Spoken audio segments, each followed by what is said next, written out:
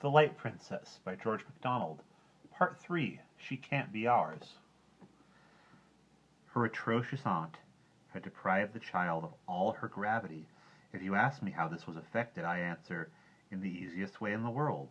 She only had to destroy gravitation, for the princess was a philosopher, and knew all the ins and outs of the laws of gravitation as well as the ins and outs of her bootlace. And being a witch as well, she could abrogate those laws in a moment, or at least so clog their wheels and rust their bearings that they would not work at all. But we have more to do with what follows than with how it was done. The first awkwardness that resulted from this unhappy privation was that the moment the nurse began to float the baby up and down, she flew from her arms toward the ceiling. Happily, the resistance of the air brought her ascending career to a close within a foot of it. There she remained, horizontal, as when she left her nurse's arms, kicking and laughing amazingly. The nurse, in terror, flew to the bell and begged the footman who answered it to bring up the house steps directly. Trembling in every limb, she climbed up the steps and had to stand upon the very top and reach up before she could catch the floating tail of the baby's long clothes. When the strange fact came to be known, there was a terrible commotion in the palace.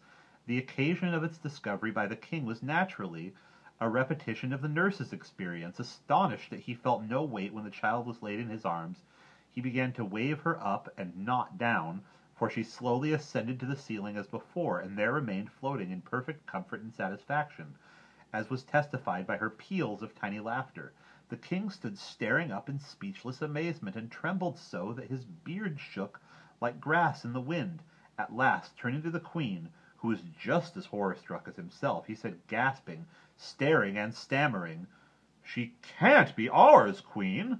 Now the queen was much cleverer than the king, and had begun already to suspect that this defective came by cause. "I am sure she is ours," answered she, "but we ought to have taken better care of her at that christening. People who were never invited ought not to have been present." "Oh ho!" said the king, tapping his forehead with his forefinger. "I have it all. I've found her out. Don't you see, queen? Princess Make-a-Bonnet has bewitched her." "That's just what I say," answered the queen. "I beg your pardon, my love, I did not hear you. John, bring the steps I get on my throne with." For he was a little king with a great throne, like many other kings. The throne steps were brought and set upon the dining table, and John got upon the top of them, when he could not reach the little princess, who lay like a baby laughter cloud in the air, exploding continuously. "Take the tongs, John," said his majesty, getting up on the table. He handed them to him. John could reach the baby now, and the little princess was handed down by the tongs.